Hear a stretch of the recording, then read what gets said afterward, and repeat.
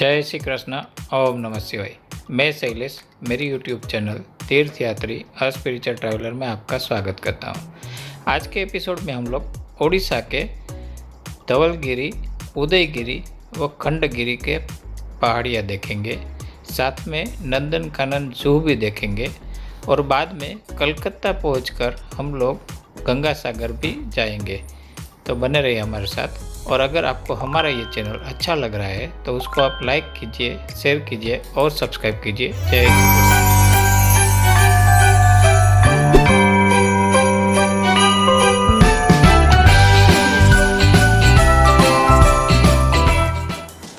कृष्ण। जय श्री कृष्ण। ओम नमः शिवाय। हम यहाँ पर आए हैं, वह है धौलीगिरी का प्रख्यात बौद्ध स्तूप और यह एरिया पूरा कलिंग का युद्ध क्षेत्र माना जाता है। आप देख सकते हैं बहुत ही विशाल और सुंदर सफ़ेद बौद्ध स्तूप यहाँ की पहाड़ी पर स्थापित है, बौद्ध धर्म के प्रतीक के रूप में। और यह जो पूरा क्षेत्र है वो कलिंग का युद्ध क्षेत्र माना जाता है।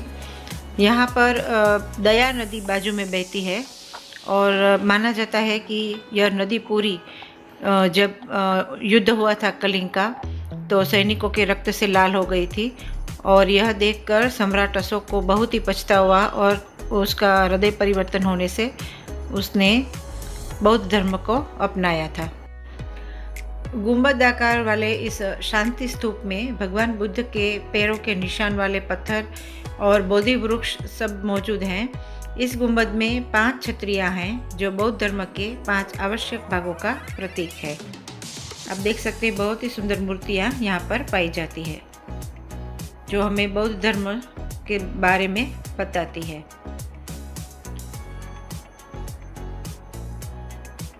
और यहाँ पर अशोक के स्तूप भी पाए जाते हैं, शिलालेख जो बोलते हैं वो भी पाए जाते हैं। यहाँ पर बुद्ध की बहुत ही सुंदर मूर्ति आप देख सकते हैं, देखकर ही शांति का एहसास होता है। और हम जहाँ पर अभी आए हैं वह 2 पर्वत है, उदयगिरी और खंडगिरी। वास्तव में ये एक ही पर्वत था, लेकिन बीच में से ऐसे रास्ता निकाल के 2 भागों में उसे बांटा गया। और जो सामने दिखाई दे रहा है वह है खंडगिरी और वहाँ पर जैन धर्म के प्रतीक के मंदिर वहाँ पर बनाए गए हैं। और हम जहाँ पर खड़े हैं वह है उदयगिरी और यह हिंदू धर्म के प्रतीक के रूप में इसे माना जाता है। यहाँ पर सप्त ऋषियों ने तपश्चर्या की थी और इसीलिए यह हिंदू धर्म के रूप में उदयगिरी को माना जाता है। बहुत ही सुंदर लोकेशन है। अभी हम लोग नंदनकानन जू में आए हैं। नंदनकानन जू जो है वो नंदन नाम के हाथी व कानन नाम की बाघन के नाम से इसका नाम नंदनकानन जू पड़ा हुआ है। और यहाँ का फेमस सफ़ेद वाइट कलर का जो टाइगर है वो भी आप देख रहे हैं। और यहाँ का मुख्य आकर्षण वाइट टाइगर है।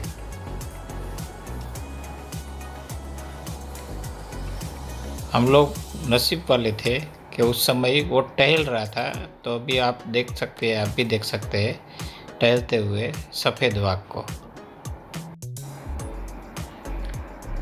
आप देख सकते हैं वाइट टाइगर को, सफ़ेद बाघिन जो घूम रही है। और ये इसके लिए ही प्रसिद्ध है। नंदनकानन जू जो पूरे भारत में इसके लिए प्रसिद्ध है।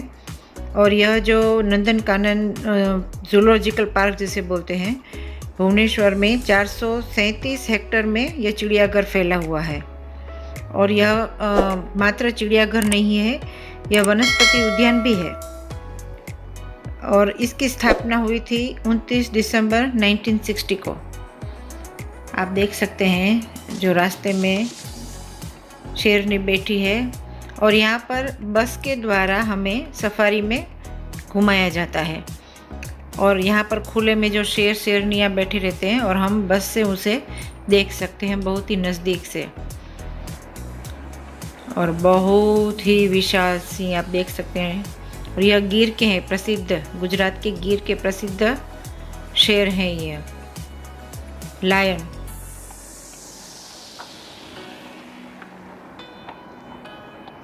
विश्व पटल पर बहुत ही प्रसिद्ध हमारी धरोहर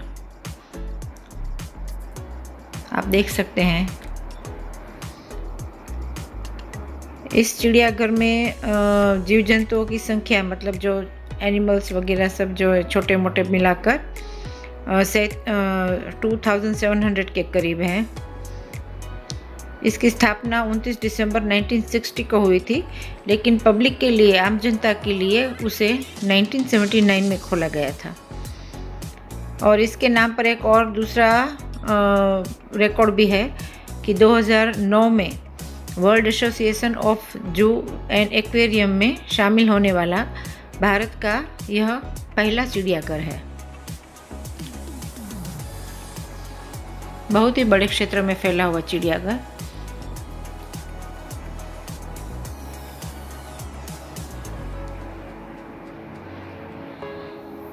आप देख सकते हैं हिरन, सांबर। बच्चे लोग को बहुत ही आनंद आ रहा था।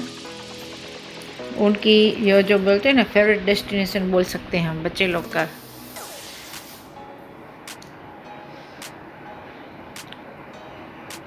खुले में ये जो आराम से ये सब एनिमल्स हम देखते हैं चिड़ियाघर में, तो बहुत ही आनंद आता है।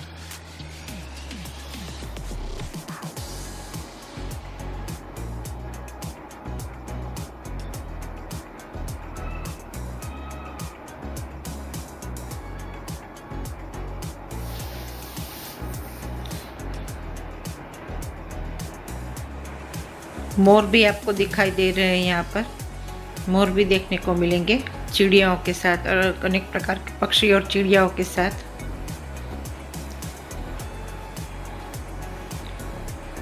और यह हिरन ही आप देख रहे हैं, स्पॉटेड डियर जिसको बोलते हैं वो। आप देख सकते हैं कितने सारे क्रोकोडाइल्स, मगरमच्छ आप देख सकते हैं चिड़ियाघर में। 1999 में उड़ीसा में बहुत ही बड़ा साइक्लोन आया हुआ था, और उसी का कारण 2000 की साल में यहाँ पर बहुत बड़े पैमाने पर रिनोवेशन भी हुआ है इस चिड़ियाघर में। अभी हम हावड़ा स्टेशन पे उतरे हैं कलकत्ता के। रात को लगभग 10:30 बजे की ट्रेन से हम लोग जगन्नाथपुरी से हावड़ा कलकत्ता के लिए हम लोग निकले। अभी 9:30 बजे सवेरे हम लोग पहुंच गए हैं। यहाँ से हम लोग अभी होटल पर जाकर थोड़ा फ्रेश होके कलकत्ता थोड़ा घूमेंगे, और कल सवेरे सवेरे हम लोग गंगा सागर के लिए निकलेंगे, क्योंकि वो रास्ता बहुत ही लंबा है।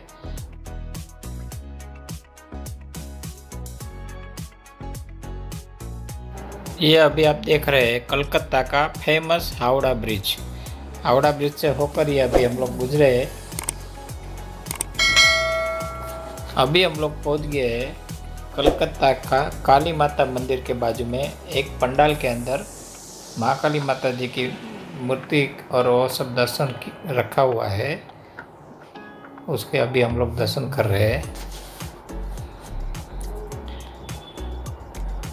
जय माता जी। काली कलकत्ते वाली, जय काली माता की जय।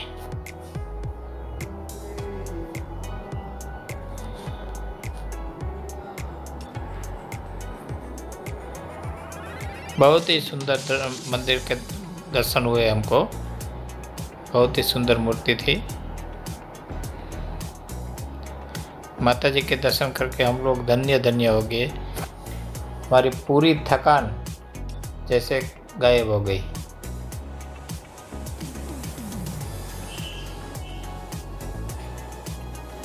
बाजू में हम लोग ने कलकत्ता के फेमस काली माता के भी दर्शन किए। दूसरे दिन सवेरे सवेरे अर्ली इन द मॉर्निंग हम लोग अभी निकल चुके हैं टैक्सी के द्वारा गंगा सागर जाने के लिए। बहुत ही लंबा रास्ता है। सुबह सवेरे जल्दी उठकर 5 बजे हम लोग टैक्सी में रवाना हुए थे गंगा सागर जाने के लिए, क्योंकि यह बहुत ही लंबा रास्ता है कलकत्ता से। कुल मिलाकर 131 किलोमीटर का यह पूरा रास्ता है गंगा सागर पहुंचने तक का, जहां पर 95 किलोमीटर हमें जेटी तक जाने के लिए लगते हैं दरिया तक, जहाँ से हमें दरिया में से 4 किलोमीटर बोट में जाना पड़ता है गंगा सागर के लिए। और वहाँ से हमें जो बोट मिलेगी, हम अभी बोट में बैठे हैं, हमें सुबह 8:15 बजे की बोट मिल गई, पहली बोट हमें मिल गई थी। तो हम लकी थे क्योंकि हम जल्दी निकले थे होटल से। और आप देख सकते हैं पीछे बहुत सारे समुद्र पक्षी जो उड़ रहे हैं, सीगल।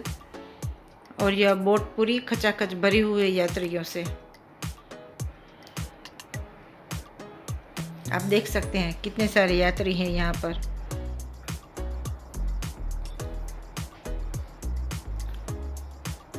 दरिया में 4 किलोमीटर तक यह बोट चलती है और जब किनारे लगती है वहाँ से 22 किलोमीटर रोड रास्ता है, बस में जाना पड़ता है गंगा सागर तक। और जब हम वहाँ पर पहुँचते हैं गंगा सागर के किनारे, तो बस हमें जहाँ ड्रॉप करती है वहाँ से चलकर 2 किलोमीटर का रास्ता गंगा सागर पर पहुँचने का है।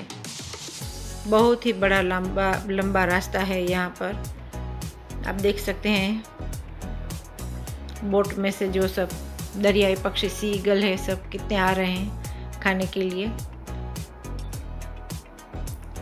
हमने उन्हें खाने के लिए जो दाना चारा वगैरह रहता है वो साथ में लिया था, तो बच्चे लोग उसे खिला रहे हैं। बहुत ही अच्छा माहौल, एटमॉस्फेयर बहुत ही सुंदर, सुबह सुबह का वातावरण बहुत ही अच्छा था। एक बहुत ही प्रसिद्ध कहावत है कि सारे तीर्थ बार बार, गंगा सागर एक बार। क्योंकि यहाँ पर पहुँचना बहुत ही आसान बात नहीं है, कठिन बात है।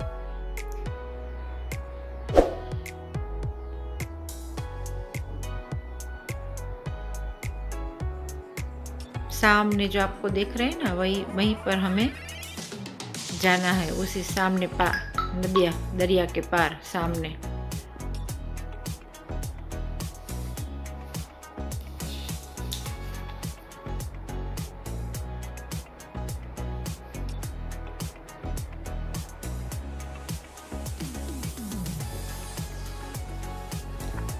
जितना जल्दी हो सके अगर आप निकलेंगे सुबह में, और आपको अगर जल्दी से बोट मिल जाएगी तो आप रिटर्न भी बहुत ही टाइम से हो सकेंगे। क्योंकि शाम को यहाँ पर जो बोट की संख्या है वो बहुत ही लिमिटेड रहती है। पूरे दिन में शायद 3 या 4 बार ही यहाँ फेरी करते हैं ये बोट वाले।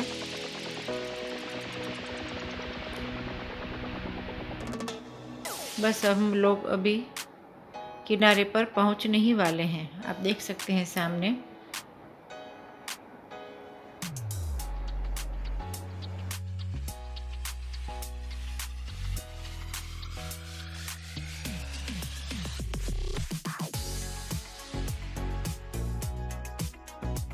अभी यहाँ पर बोट से उतर के 22 किलोमीटर बस से जाना पड़ता है।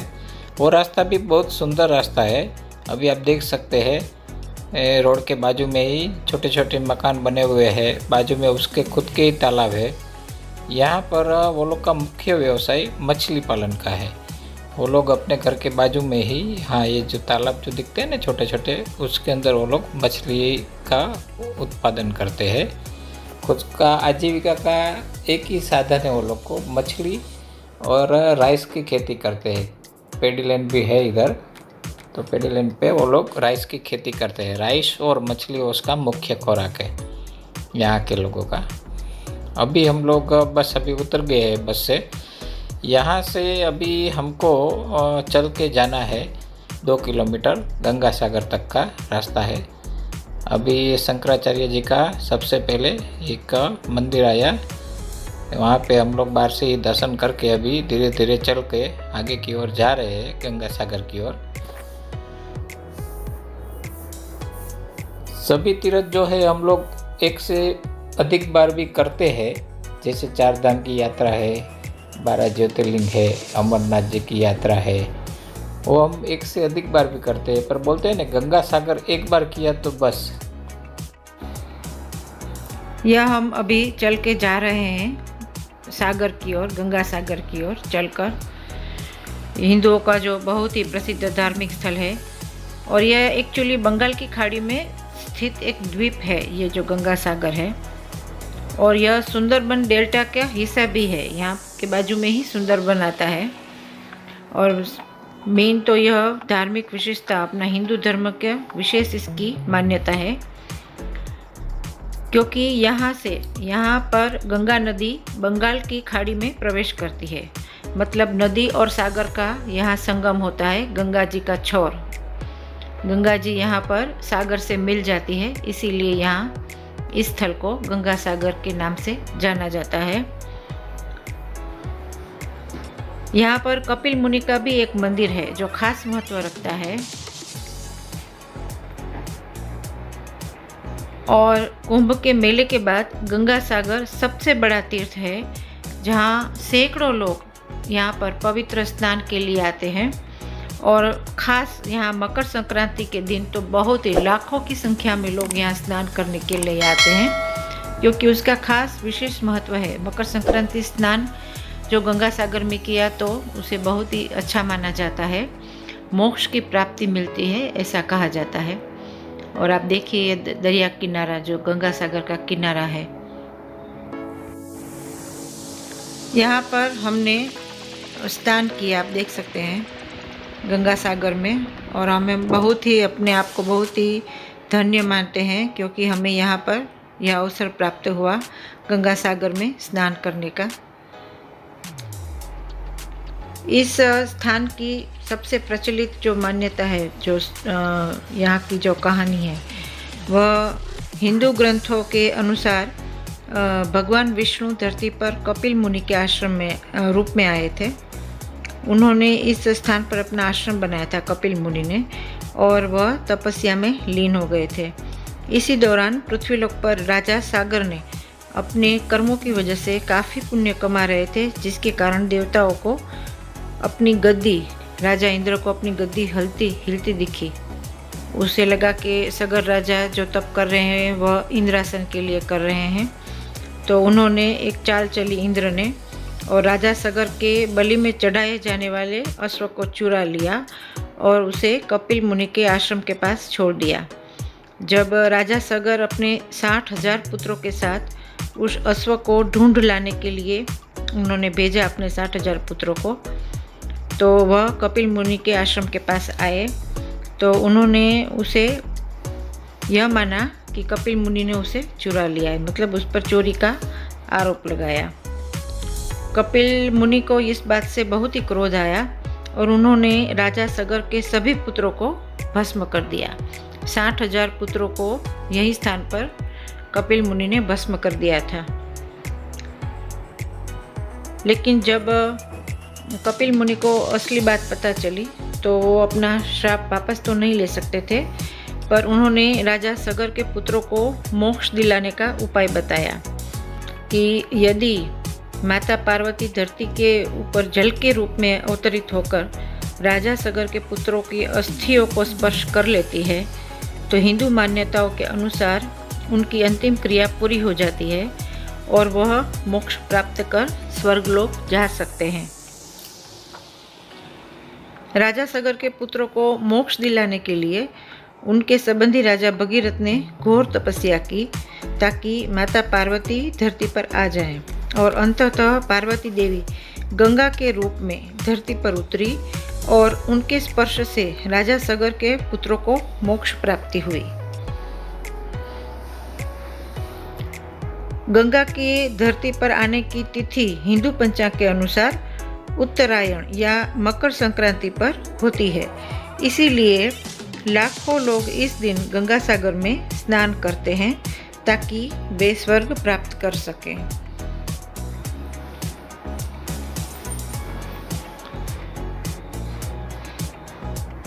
आप देख सकते हैं स्नान करने में इतने सब मगन है, तल्लीन है, बहुत ही उन लोगों को आनंद आ रहा है, मज़ा आ रहा है, तो बाहर ही नहीं निकल रहे हैं दरिया से।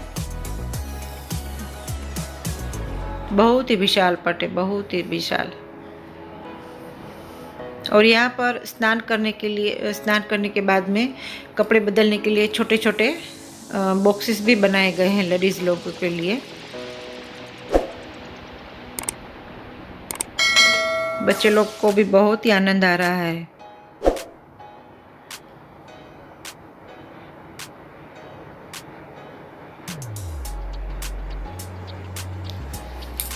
हम जहाँ पर बोट से उतरे थे उसे काकद्वीप नाम से जाना जाता है, इस एरिया को पूरे।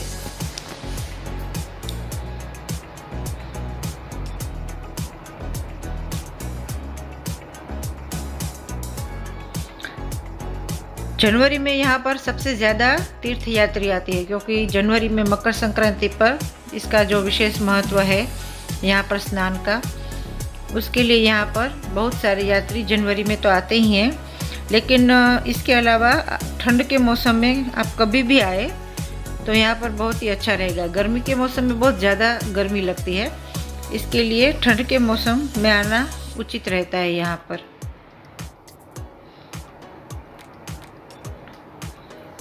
बच्चे लोग अभी भी स्नान कर रहे हैं, बहुत ही उसको मज़ा आ रहा है दोनों को।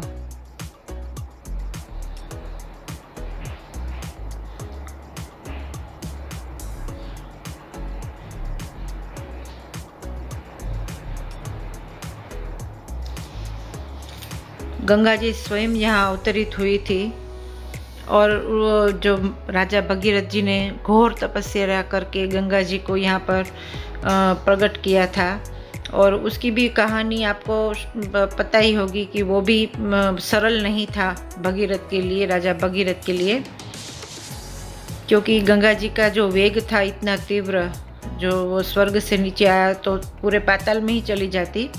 तो उन्होंने शिव जी की तपस्या कर शिव जी को प्रार्थना की, तो शंकर भगवान ने, महादेव ने अपनी जटा में गंगा जी को स्वर्ग से उतारा था। अभी हम लोग यहाँ पर गंगा किनारे पूर्वजों के लिए पूजा एवं प्रार्थना कर रहे हैं, पूर्वजों के मोक्ष के लिए, परिवार में सुख शांति के लिए।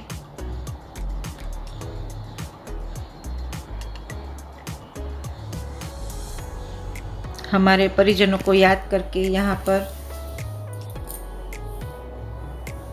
उनके लिए प्रार्थना और पूजा की जाती है।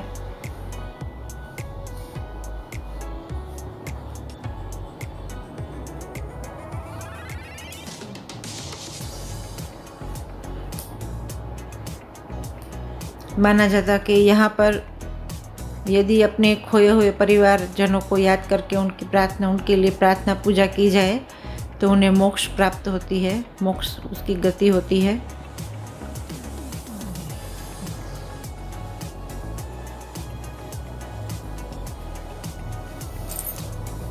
दरियाई रेती का शिवलिंग बनाकर भी हमने यहाँ पर पूजा अर्चना की।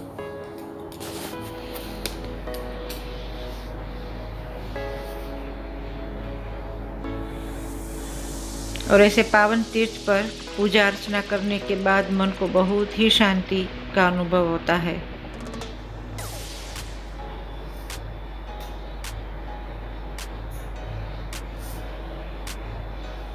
हिंदू धर्म की मान्यता के अनुसार गंगा सागर के किनारे पूजा करने से और अपने परिजनों जो स्वर्गवासी हो गए हैं उनको याद करके यदि पूजा अर्चना की जाए तो उन्हें मोक्ष प्राप्ति की होती है। यहाँ की एक और खासियत भी है कि यहाँ पर कुत्ते बहुत हैं। आप देख सकते हैं इतने सारे कुत्ते हैं।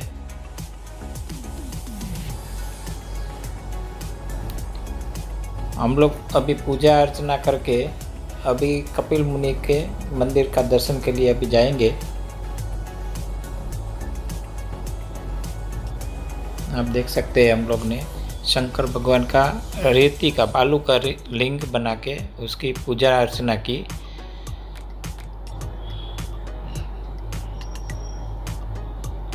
बस अभी हम लोग आगे चल के जाएंगे कपिल मुनि के मंदिर में।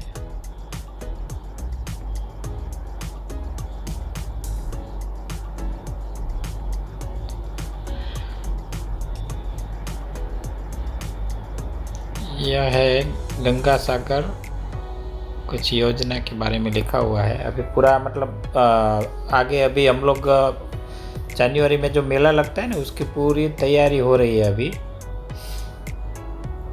यहाँ पे लाखों की संख्या में मेले में लोग आते हैं, तो अभी उसका पूरा काम चल रहा है। अभी आप देख सकते हैं दूर मंदिर, कपिल मुनि का मंदिर दिख रहा है।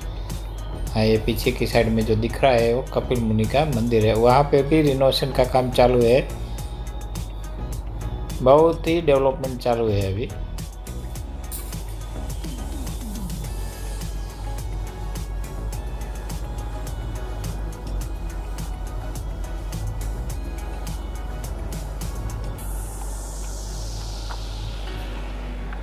ये अभी हम लोग कपिल मुनि के मंदिर में आ गए हैं। पीछे आप देख सकते हैं कपिल मुनि की मूर्ति है, और भी बहुत सारी मूर्तियां हैं।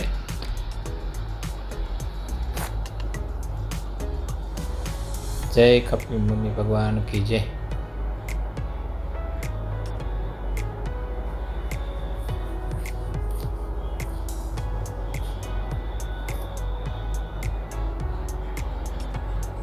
गंगा जी की मूर्ति भी है, भगीरथ राजा की भी मूर्ति है।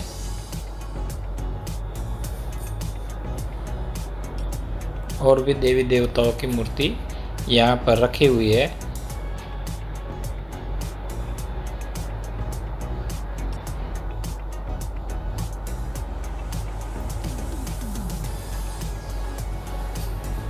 बस तो अभी हम लोग रिटर्न की जर्नी हमारी में हम लोग जा रहे हैं।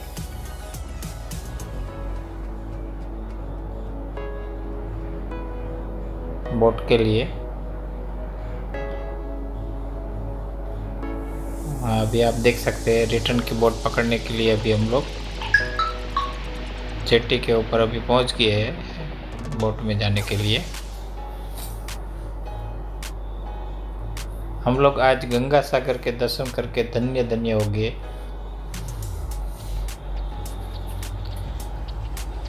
Bye bye Ganga Sagar.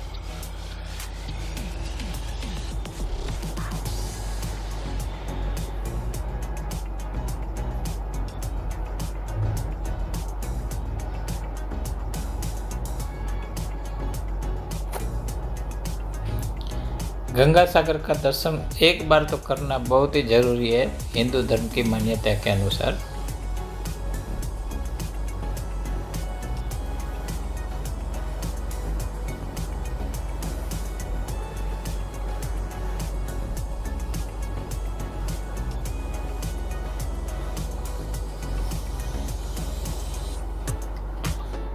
अगले एपिसोड में हम लोग आपको कलकत्ता के पूरे दर्शन कराएंगे, कलकत्ता के विविध स्थानों के दर्शन कराएंगे।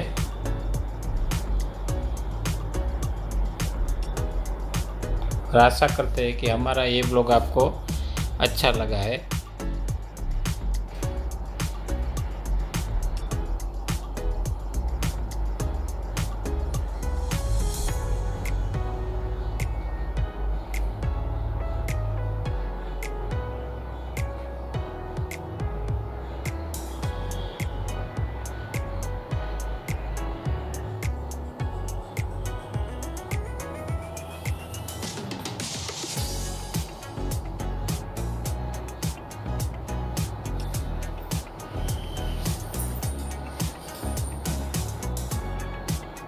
तो बस अभी हम हमारी गंगा सागर यात्रा का समापन करेंगे। और ऐसे ही सुंदर सुंदर ब्लॉग देखने के लिए अगर आपने अभी तक हमारे चैनल को सब्सक्राइब नहीं किया है तो आप हमारे चैनल को लाइक कीजिए, शेयर कीजिए और सब्सक्राइब कीजिए। जय श्री कृष्ण। ओम नमः शिवाय। जय गंगे।